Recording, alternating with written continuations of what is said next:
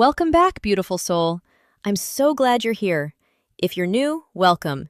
This is a safe space. A space where we slow down, tune in, and listen to what your soul has actually been trying to tell you.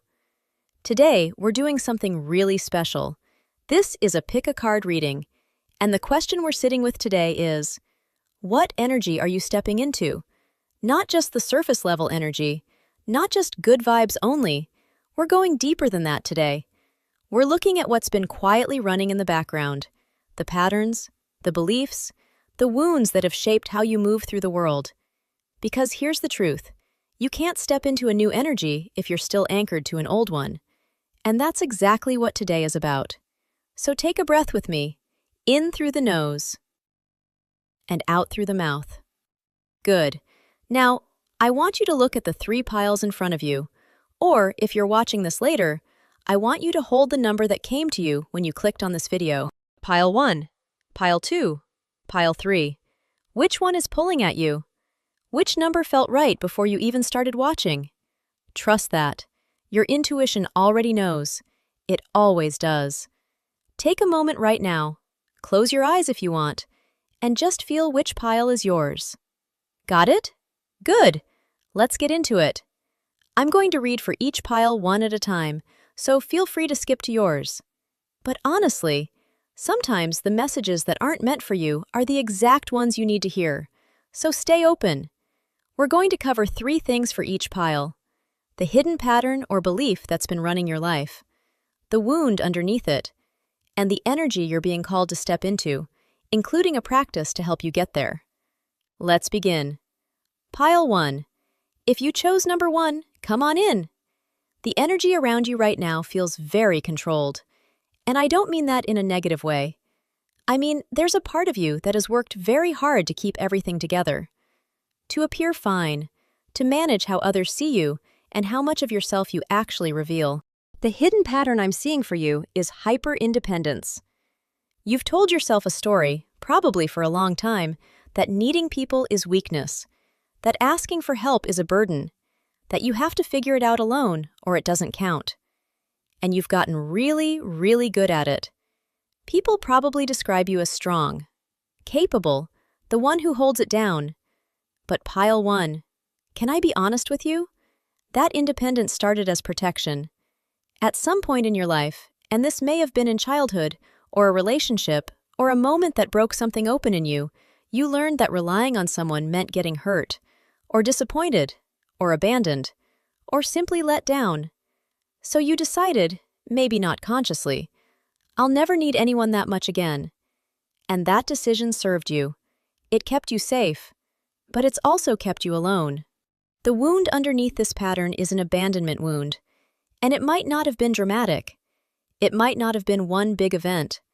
Sometimes, abandonment looks like a parent who is emotionally unavailable, a friend who left when things got hard, a partner who chose someone else, or just feeling like no one ever really showed up for you the way you showed up for everyone else. So, you stopped showing up vulnerably, because why open the door if no one's going to walk through it? But here's what I want you to hear, pile 1. The energy you are stepping into is safe intimacy. The universe is asking you, gently but clearly, to let someone in. Not everyone, not all at once, but someone. The practice I'm offering you is this. This week, ask for one thing you would normally handle alone. It doesn't have to be big. Ask someone to help you carry something, literally or figuratively. Notice what happens in your body when you do. Notice the resistance. Notice the relief. That relief is what's waiting for you on the other side of this pattern. You were never meant to do this alone, pile 1. You were meant to be held too. Take what resonates. Leave what doesn't. I love you. Pile 2. Welcome. I've been waiting for you. The energy around pile 2 feels like motion, like you are always moving, always doing, always planning the next thing, working toward the next goal, staying productive, staying busy, and from the outside it looks amazing. You look motivated. You look driven. But pile 2, I need to ask you something. When was the last time you just sat with yourself? Not scrolled, not worked, not planned. just sat. The hidden pattern I'm seeing for you is using productivity as a way to avoid feeling. You have turned busyness into an identity, and the thought of slowing down, of having nothing to do, actually makes you anxious. Because when everything stops, the feelings you've been outrunning finally catch up. This pattern probably started as a coping mechanism. At some point, doing things felt safer than feeling things. Achievement felt safer than acceptance.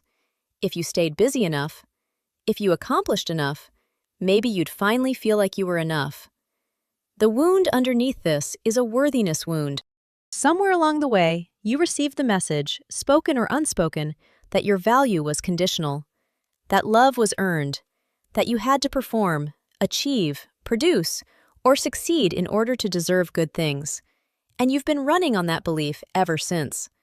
You might not even realize how deeply it's rooted. It might show up as guilt when you rest, anxiety when you're not being productive, an inability to receive compliments or love without immediately deflecting. You've tied your worth to your output, and that is exhausting, Pile 2. I see you. That is exhausting. The energy you are stepping into is radical rest and receiving. Not lazy rest, not numbing, intentional rest. The kind where you look at your worth with nothing to show for it and choose to believe you are still enough. The practice I'm offering you is this. Schedule one unstructured hour this week. No tasks, no phone, no productivity. And when the anxiety comes, and it will, I want you to say out loud, I am enough right now as I am. Say it even if you don't believe it yet. Especially then. Because Pile 2, you have spent so long proving yourself. It's time to just be yourself. Take what resonates, leave what doesn't. You are so loved. Pile 3. Oh, I feel you. The energy around Pile 3 is very tender, very sensitive. Like there's a part of you that feels everything deeply, and that has sometimes felt more like a curse than a gift. You are highly empathetic. You feel the emotions of the people around you. You absorb energy from rooms, from conversations, from people you love. And that sensitivity, as beautiful as it is, has also made the world feel like a lot. The hidden pattern I'm seeing for you is chronic people-pleasing rooted in fear of rejection. You have a very hard time saying no. You often put other people's comfort ahead of your own. You might find yourself managing other people's emotions, soothing, smoothing things over, making sure everyone is okay, while quietly pushing your own needs aside. And you do it because you care. Genuinely. You are one of the most caring people in any room. But Pile 3, there's also fear underneath the care. Fear that if you say the wrong thing, take up too much space, express a need, or show a boundary, people will leave. People will be disappointed. People will love you less. The wound underneath this is a rejection wound, and often a loss of self. You learned early on that being too much or not enough, too emotional, too sensitive, too needy, was risky. So you shaped yourself to be easier to love, more agreeable, more accommodating, more palatable. And in doing that, over time, you lost track of what you actually want, what you actually feel, who you actually are underneath all of the giving. The energy you are stepping into is your own voice. This is your era of gentle, loving self-definition, of knowing your own needs, of saying, actually, no, that doesn't work for me, without over-explaining, without apologizing, without spiraling. The practice I'm offering you is this. Once a day this week, before you respond to anyone's request, pause. Check in with yourself first. Ask, what do I actually want here? Not what you think they want to hear. Not what will keep the peace. What do you want? You don't have to say it out loud yet. Just know it. Just remember that it matters. Because Pile 3, your needs are not inconvenient. Your feelings are not too much. Your voice deserves to be heard. Starting with you hearing it. Take what resonates, beautiful soul. Leave what doesn't. I love you so much. And that's a wrap on today's reading, loves. Whether you were Pile 1, 2, or 3, I hope something in there landed. I hope something cracked a little light into a corner you'd stopped looking at. Shadow work isn't about fixing yourself. You are not broken.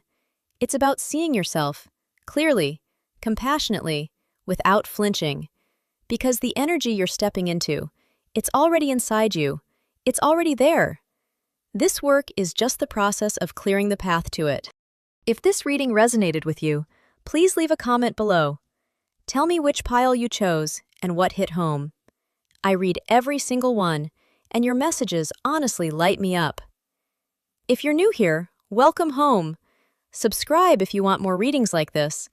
I do these regularly, and I'd love for you to stay. And if you know someone who needs to hear a message like this today, share it with them.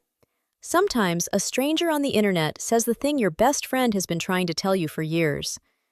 I love you. Take care of your heart, and I'll see you in the next one. Bye for now.